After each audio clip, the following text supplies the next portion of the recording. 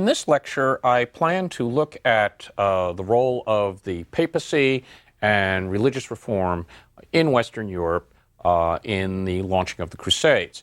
And this allows us to look at really two important issues. One is a popular conception, one that actually has some medieval justification to this, that the popes in Rome had launched this crusade as somehow a means to assert their authority, whether it be over the Greek church, that it was ultimately an avenue for extending papal political power.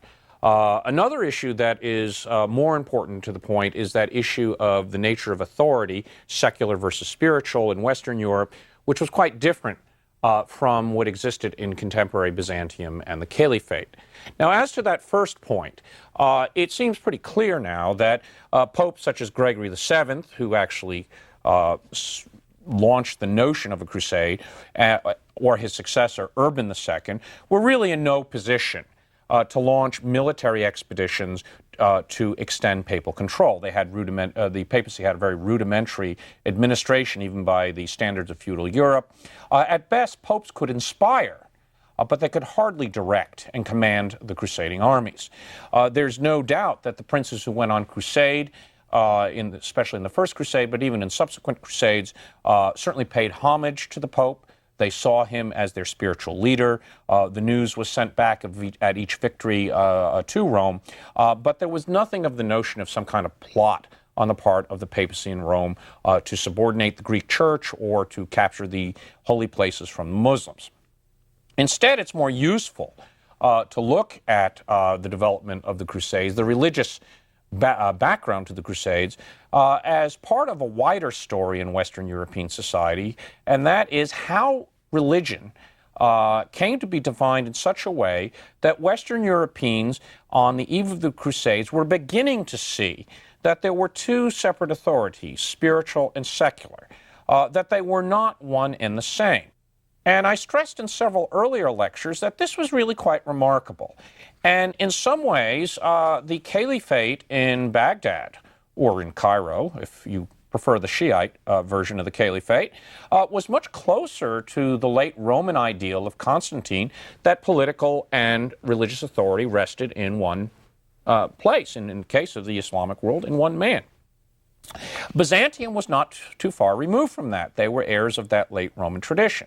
But in Western Europe, an important historical premise developed where faith and politics were somehow to be distinct, that there was a whole secular world and there was a spiritual world. These were separate authorities, separate figures who represented them.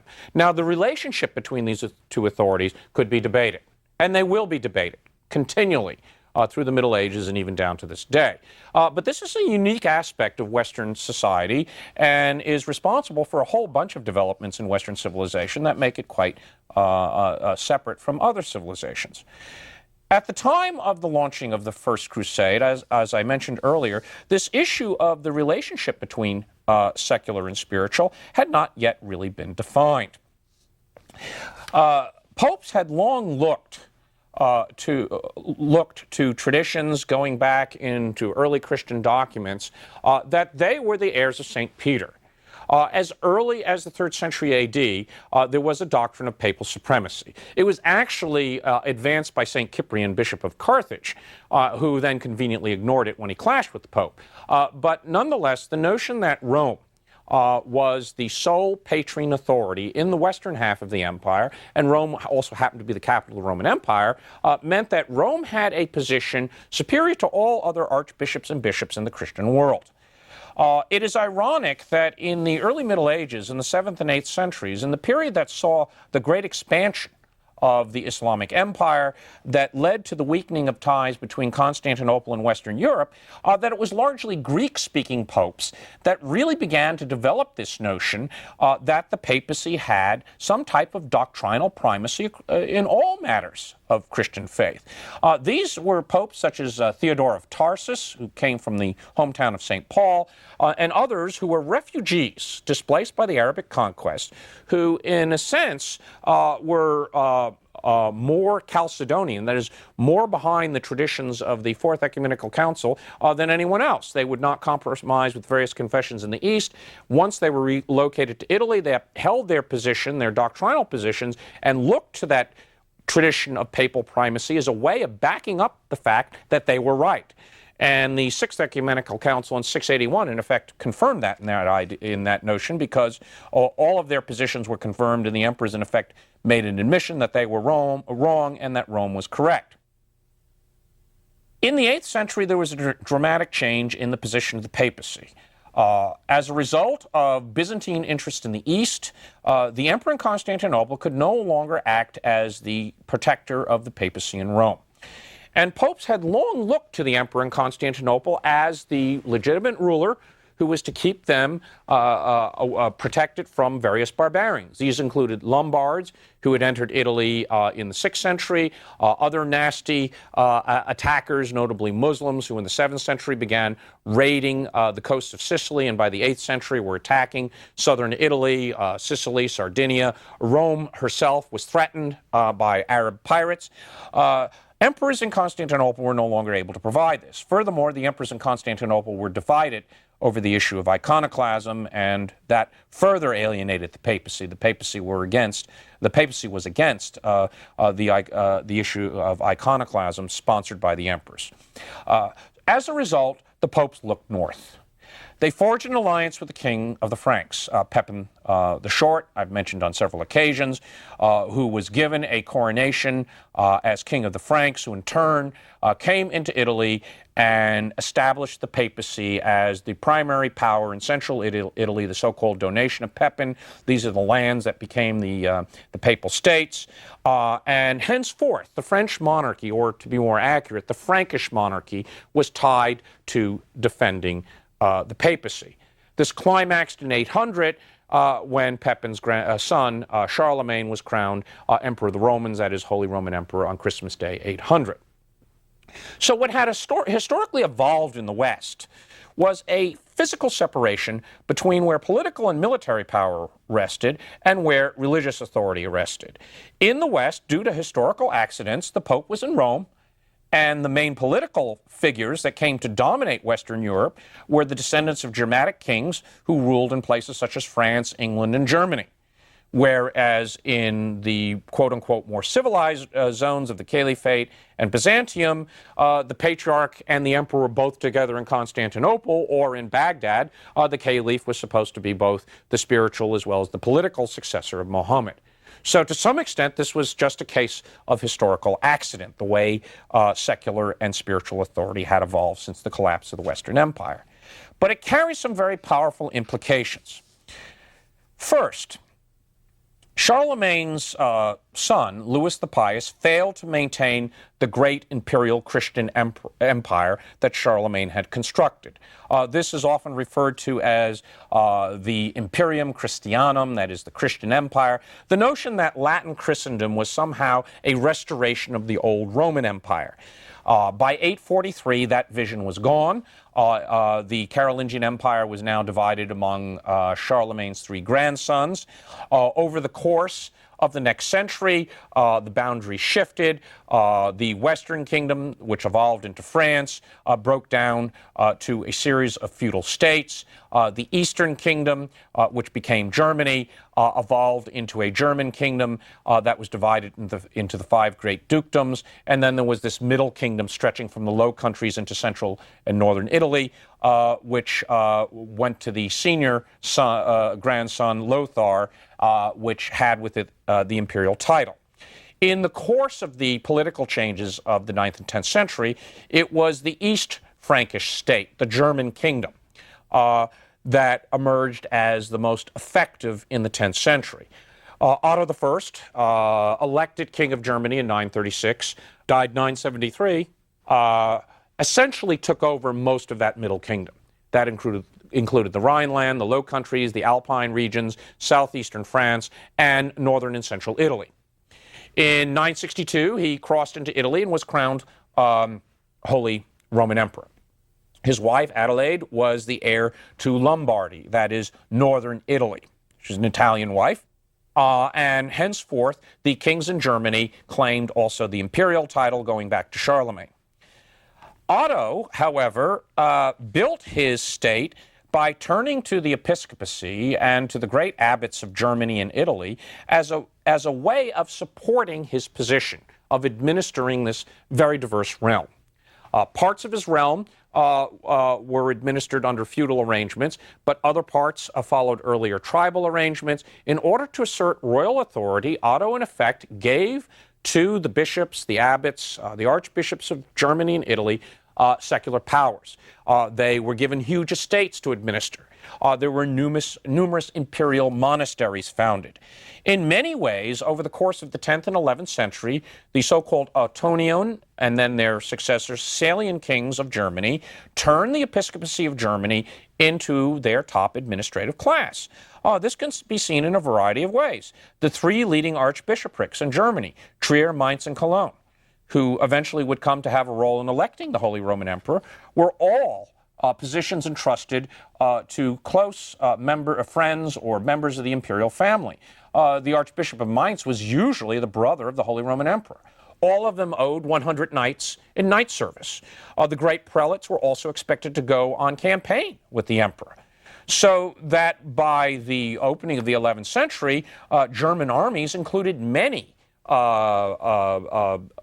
episcopal figures who were leading their contingents as part of their condition for administering all these properties, rights, and other concerns granted to them by the emperor. These were often known as the temporalities, that is, the temporal aspect of their office as opposed to their spiritual office.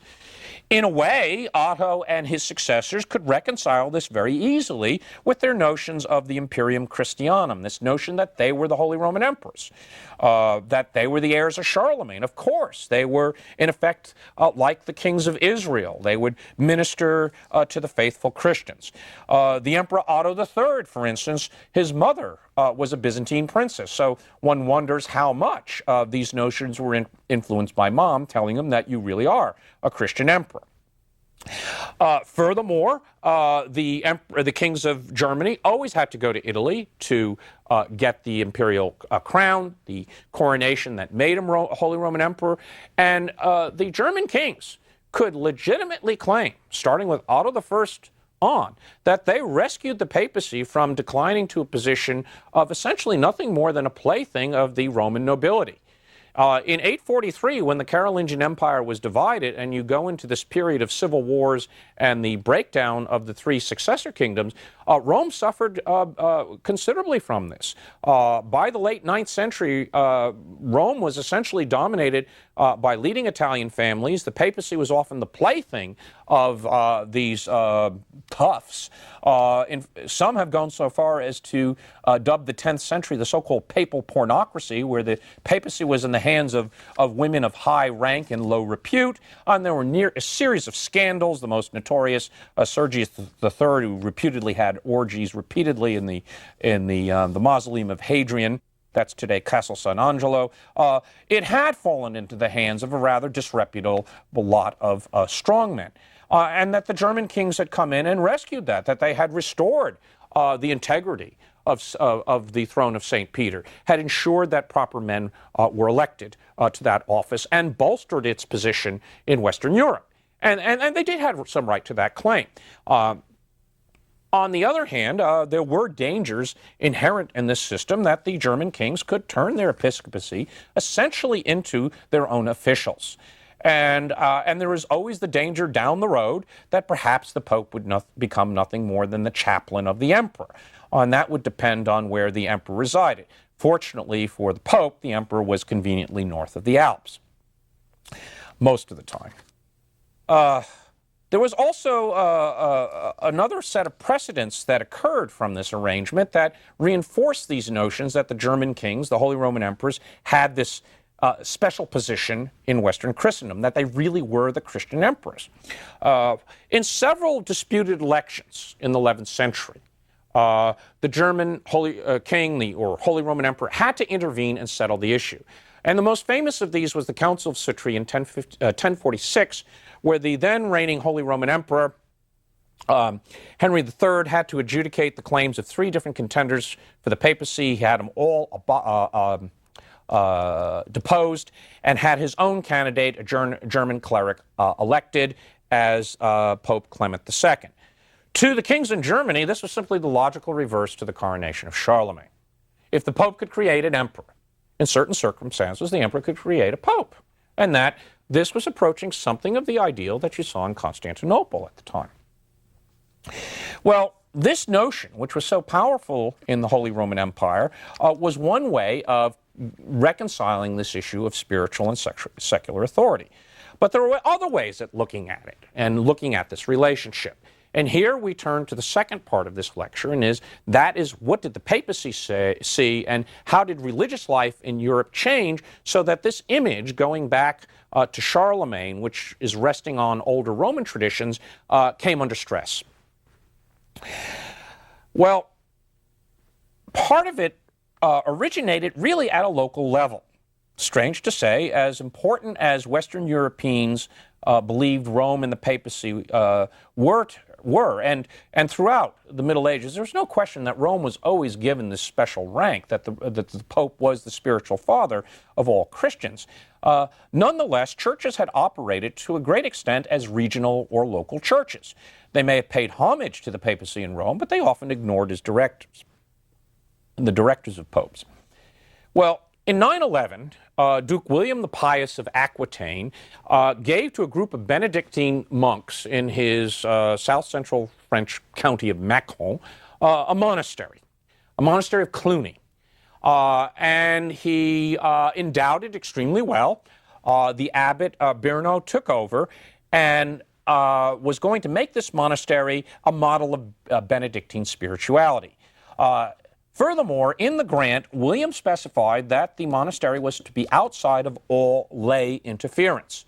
That is, no secular lord should interfere with the arrangements in the monastery, which is a very common feature across Western Europe, particularly in the Holy Roman Empire, but also in England and France, where very often powerful secular protectors regarded bishoprics, monasteries, nunneries as essentially their private property, and they interfered with the election of spiritual leaders, the admission of members to the clergy, handling of the monies. There were all sorts of possibilities of abuse. These abuses consisted of tolerating clerical, well, not marriage, but concubinage, simony, the sale of office, nepotism, appointing various types of members of your family not really qualified to hold the position. And these abuses were constantly a problem in the Western Church in the early Middle Ages. Well, Abbot Birno was going to change that. He was going to bring his monastery back to the model that St. Benedict of Nursia had preached back in late antiquity. And he succeeded. He succeeded not only so brilliantly, he and his monks went on to establish much of the liturgy, and in time, Cluny came to dominate a great deal of what was regarded as the medieval liturgy and service of the Western Church. Birno was followed by a succession of remarkable abbots. His immediate successor was St. Odo, who initiated efforts to reform other monasteries. Cluny received a series of papal bulls in its favor, where the papacy took the monastery directly under the control of the papacy. The most impressive situation is when Pope Leo VI invited St. Odo to come in and reform the leading monasteries in Rome. Well, over the course of the second half of the 10th and the 11th century, Cluniac monks moved in and reformed or remodeled monasteries across Europe. It is estimated that in the time of Abbot Odilo, who died in 1048, and he had, from 999 to 1048, he was the abbot of Cluny, almost 50 years, that at least 1,450 monasteries were directly dependent on Cluny for their organization, the appointment of abbots, or in some way had been remodeled and restructured, spiritually rejuvenated by Cluny. The Cluniac monks reformed the liturgy, they perfected choral music, they created the very rich service we associate to this day with traditional Catholicism. It was their brilliant creation. And it is difficult to overstress the importance of Cluny. Abbots such as Odilo were European-wide figures. They exercised influence far beyond their boundaries, and Cluny in many ways was one of the leading international institutions in Western Europe. And as a result, it came to influence the halls of the cardinals in Rome itself. Cluniacs emphasized, in addition to all of this spiritual rejuvenation, the superiority of the spiritual over the secular authority. And they also advanced a vision of a pristine Christianity that went back to the great popes, Leo I or Gregory the Great.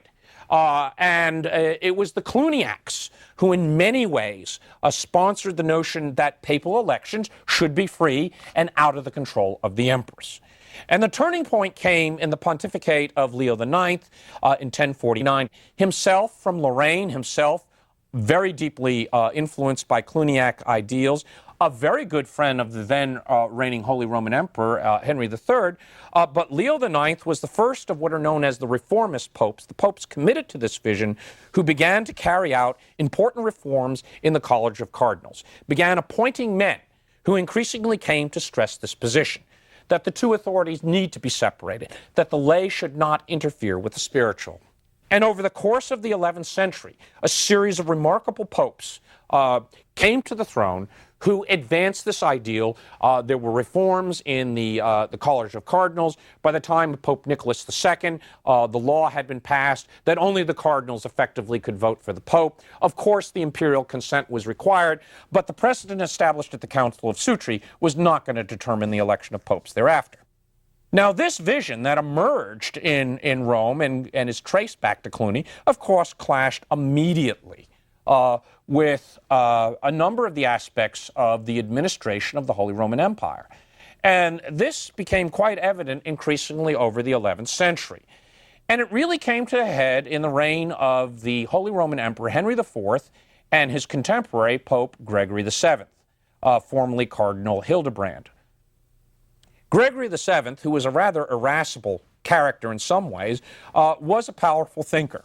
One of his favorite exercises was the composition of the Dictatus Papae, where he would have scribes read different precedents in Roman law and early Christian literature about the supremacy of the Pope, and therefore had him collected and put in a book which said that the Pope was supreme and the Emperor was subordinate.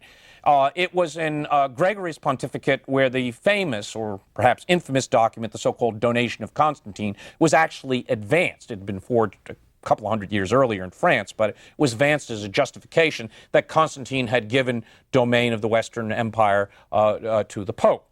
Now, these claims were possible to advance by Gregory and his immediate predecessors because Henry IV came to the throne and was a minor.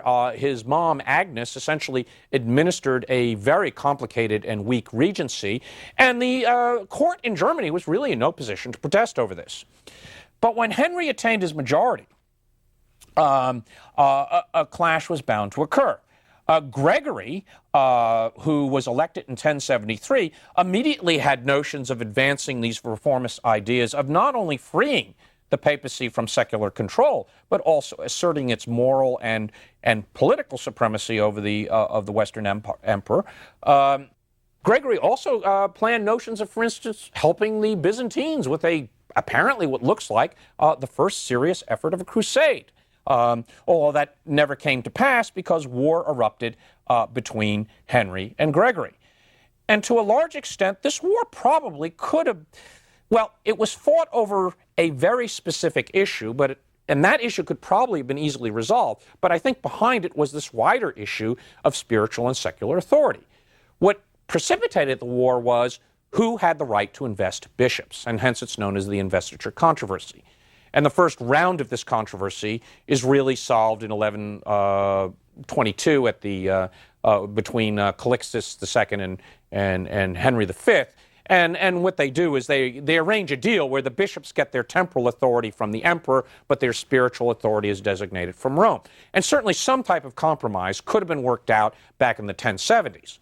However, this dispute actually had a wider issue behind it, and that was what were the role of prelates in Western Europe? What was the role of a secular king or emperor vis-a-vis these prelates? And what was the position of the Pope over the whole of the Western Church and the prelates who represented him? Well, Gregory insisted that the emperor had no right to invest these bishops. This was technically and completely in the power of Rome. Henry, of course, rejected this. When he rejected this and war erupted, Gregory promptly excommunicated him. And then the nobility of Germany, a variety of nobles who had reason to oppose Henry on other grounds, particularly this fellow Rudolph, raised the standard of rebellion, and they were sanctified by Gregory as soldiers of St. Peter. Milites Sancti Petri, in some ways granted the types of indulgences we think that Crusaders got, which is an important point to stress because historians have sometimes thought that the popes perverted crusade to their own interest in Italy in the 13th century, but actually back in the 11th century, Gregory is quite happy to use these religious indulgences and symbols to advance what he thought was a very legitimate religious position in Italy. There's the famous scene at Canossa where Henry intercepts Gregory as he's going north in January of 1077 to join the German rebels to bring down the emperor. And there the emperor stands barefooted in the snow for 3 days until the Pope finally relents and brings the penitent back into the church. Many have seen this. Well, the church has won over the empire, spiritual over state. Actually, Gregory was aghast at the fact that he'd been caught at Canossa. Henry had gotten him at his weakest point. As a churchman, Henry had to take back any penitent. And Gregory had to take back any penitent. But he knew very well that Henry wasn't sincere, and that's exactly what happened. Once he was absolved, the excommunication was lifted. The soldiers of St. Peter were now insurgents, and it was open season to run them down, and that's exactly what Henry did. And on the other hand, Henry ignored all of his promises to Gregory, and later on there was a second excommunication, and that resulted in Henry actually invading Italy. And the only way Gregory ever got himself out of that was to call in the Normans, who not only rescued Gregory, but also sacked Rome, the sort of thing Normans do. This clash, the so-called investiture controversy, had some major implications, though. It meant that the Holy Roman Emperors had to move away from using ecclesiastical officials. And they did. They developed a new caste of officials, the so-called ministeriales. But it is also the immediate background to the preaching of the First Crusade. Urban II, who came to the pontifical throne in the aftermath of this very complicated and rather disconcerting war, or a controversy, the investiture controversy, which I think was a very defining point in Western Christendom, just as iconoclasm had been earlier for the Byzantine world. He had to somehow restore that papal moral authority after what was a diplomatic defeat at Canossa, the Norman sack of Rome. Gregory actually died in exile, and the unresolved issues over who has the right to invest bishops. So it's no accident that Urban II, himself a Frenchman, himself very much influenced by the notions of Cluny and the Reformist traditions, hit upon the notion of launching a crusade. And this was as a result of correspondence that was sent by the Emperor Alexis I, who corresponded to not only princes who had provided forces to the Byzantine army, but to the then reigning Pope, Urban II. And this led Urban to preach the famous First Crusade at Clermont on November 27th, 1095. However, Urban in some ways had not resolved the basic issue. What he had done was simply widen the arena of where this issue was going to be played out. What is the relationship between spiritual and secular? What is the relationship of the Pope vis-a-vis the various secular princes of Western Europe? That is an issue that is played out and will influence the direction and the nature of the Crusades. And as stated earlier in this lecture, while the papacy could inspire, it could hardly direct any crusade. There were invariably papal legates on crusade. In the case of the First Crusade, perhaps one of the most impressive figures was the papal legate, Ademar, Bishop of Lupuy in south-central France. Nonetheless, this was not a papal army and could never aspire to be anything like that. And as a concluding remark, this unresolved issue perhaps made the Crusades all the more perplexing to the Muslims and the Byzantines. Because as these great expeditions came out of the West to conquer these apparently important shrines in Palestine, which economically and politically were really rather insignificant in the Near East. What was perhaps even more bewildering to Byzantines and Muslims is who was in charge of the Crusades. Crusades were preached by popes, but princes and kings directed them, led them, and I'm always quite curious to wonder whether any Byzantine emperor ever really understood who was in charge of crusade. And it catches at the fundamental difference between Western society and the Islamic and Byzantine societies.